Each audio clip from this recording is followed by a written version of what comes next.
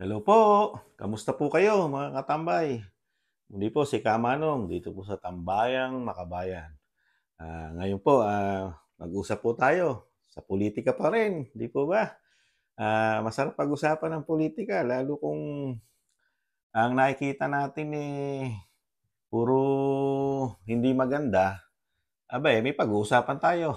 Pero pag-uusapan din natin mga katambay yung maganda, siyempre. Hindi naman puro pangit lang ang ating pag-uusapan dito sa Tambayang Makabayan. Kaya lang siyempre, kung ano yung napapanahon ngayon na sikat ang ating mga politiko. Di po ba? Ito po, meron pong isang nagpapakilala, parang si ito congressman din Pero mukhang tatakbo rin tong mas mataas na posisyon Ah, ito po, pakinggan po natin itong interview kay Congressman Tulfo. Mga sikat ang mga Tulfo di po ba mga katambay? Tingnan natin kung ano ang interview sa kanya, saka natin bigyan ng komento mga katambay. Ito po, pakinggan po natin. Samantala, nanindigan si House Deputy Majority Leader Erwin Tulfo na walang kinalaman si House Speaker Martin Romualdez sa isinusulong na People's Initiative para sa isinusulong na pag-amyenda sa 1987 Constitution. Sa kanyang panayam sa media, ikinalungkot ni Tulfo ang iba't ibang akusasyon na ibinabato sa Kamara ukol sa issue ng charter change kahit wala namang anyang katotohanan. Bukod sa PI, marinding itinanggi ni Tulfo ang kumakalat na naisumunong iregalo ng liderato ng Kamara kay Pangulong Ferdinand R. Marcos Jr. ang Chacha para sa State of the Nation Address nito ngayong taon. Git ni Tulfo, bagamat nais ng Kongreso na maisakatuparan ng Chacha, hindi biro ang proseso nito. At sa huli, boses ng masa pa rin ang mananaig. Wala namang instructions na gano'n na let's do this, let's push this. Yung sinasabi nga kanina, narinig ko na re-regalo sa SONA. There's no such thing there's no such thing. I've heard before the break na may mga ganon. So, but akala ko nga Senate will initiate that. Pero, yun nga, nagulat lang ko. I was overseas when I read the news na binabakbakan na yung Congress, tapos through PI, tapos kung ano na mga lumalabas, mga term extension. I should know because nasa communications sa speaker. Wala naman binigay si speaker na gano'n na we have to do this, we have to push this. There's no such thing. Ay, nako. Katambay. Naniniwala po ba kayo kay Congressman Rapi Tulfo? Wala siyang alam. Hindi niya alam. Una-una, media siya di po ba? Media siya. Dati siyang media. Siya pa ba mahuli sa balita katulad niyan? Posible yun. Napakaswerte ni Speaker Katambay. Merong ganitong klaseng politiko na talagang hindi siya ilalaglag. Di po ba? Bilib na rin ako rito kay Congressman Rapi Tulfo. Una-una, ayaw rin niyang mabahiran yung kanyang masama sa issue. Iniligtas niya sa issue rin yung sarili niya, pagkatapos iniligtas niya rin sa issue yung kanyang boss. Di ba sa Congress ang boss nila si Speaker, di po ba? Sila po si Speaker po nagbibigay ng mga budget sa mga congressman, di po ba? Kaya good soldier po ito si Congressman Tulfo. Aba, tatakbo yata ito. Medyo mataas ang rin dito sa survey sa Senado. Aba, mag-isip-isip tayo mga katambay. Nakikita naman natin yung mga senador din natin na nahandyan. Yung iba, nakaupo lang, di po ba? Magdadagdag pa tayo ng mga nakaupo ulit. Di ba? Isip-isip lang. Ako komento ni Kamanong, medyo parang niloloko na lang tayo ni Congressman Tulfo, di po ba? Napakaraming lumalabas na alingaw-ngaw, umaamoy na nga Mismong kasamahan mo nga sa Congress na sinasabi nila doon sa isang vlog ko na napakatanda na nga dyan sa Congress Meron siyang mga nalikom na ebidensya na nagbabayad pa nga para maisulong yung PI. PI ka, congressman. People Initiative yun, mga katambay.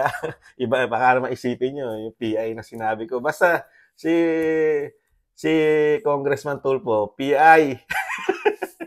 Hindi niya kasi alam yung PI Pinaano lang natin, PI ka.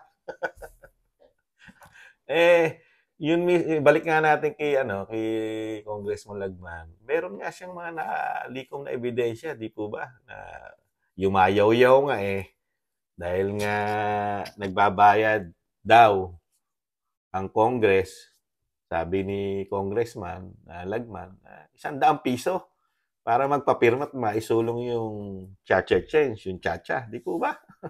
Kaya, Mr. Rapi, Erwin Tulfo, wag na. Medyo hindi naman ho kami tanga mga Pilipino diyan sa sinasabi mo diyan sa balita na para naguhugas kamay kayo kasama ka na ron yata sa naguhugas kamay na para walang kaalam-alam. Ang bihira. Hindi kami pinanganak kahapon lamang, Mr. Erwin Tulfo, Congressman. Ano masasabi niyo mga katambay dito kay Erwin Tulfo? Medyo yun yung sinasabing yung kasama ni Jesus Christ. Hindi ko naman sinasabi katambay na darating ang panahon maghuhudas ito. Siyempre, mga politiko, di po ba? Kung sino po yung sikat, saka yung alam nila na sila may kinabang, doon kumakapit Pero pagka dating na sa ambisyon at nakikita nila yung kinapitan nila medyo tataob na yung bangka, iiwanan din ng mga politiko, di po ba, mga katambay? Kaya wag naman sana mangyari kay Speaker yun na itong si Congressman Erwin Tulfo maghudas din sa bandang huli. Komento lang ni Kamanong mga katambay. Kaya talaga mga politiko, hindi mo masasabi, paano mo masasabi mga politiko yung nagsasabi ng totoo?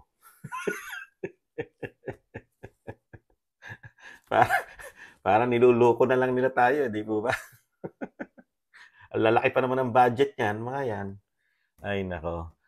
Minsan tingnan din natin, pag-aralan din natin kung ano nagagawa nito ni Congressman Erwin Tulfo sa kanya mga budget sa Congress. Parang ang lagi na lang issue ngayon sa ating bayan sila Congress, Senate. Pero nasa isang tabi lang yung sinasabi ko nga, ito yung problema bilihin. Bigas. Di po ba? Number 1, bigas. Tumaas na rin ang gasolina, kuryente, tubig, marami pang iba. Pati nga galunggong Yung galunggong pambansang isda natin pambansang isda na may hirap parang nasa 200 plus na o 300 plus Diba? Di po ba? Pero sila, inintindi nila? Yun pa rin, yung PI nila. PI kayo lahat. People Initiative yun, mga katambay PI silang lahat. Muli po mga katambay, natawalan din po ako dito sa interview ni Congressman Tulfo. Mag-isip-isip po tayo mga katambay. Malapit na rin po halalan. Ayan, si Congressman. Iboto po nyo yan. Malaki maitutulong sa bansa natin yan. Broadcaster yan Di po ba? Walang alam sa balita. Muli po si Kamanong dito po sa Tambayan ng Makabayan. Maraming salamat po. Abangan nyo po yung susunod natin mga video upload na pag-uusapan natin. Ngayon, mag-ingat po tayo. Tiis-tiis lang po. Talagang ganun ang buhay. Sila po ang nakakaalam kung paano nila tayo tutulungan. Di po ba? Ito mga politikong ito.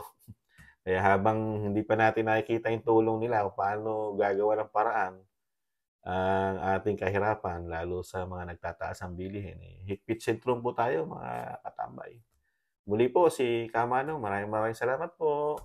Bangon Pilipinas. Kaya natin to, Pilipino. Bye-bye. Paalam.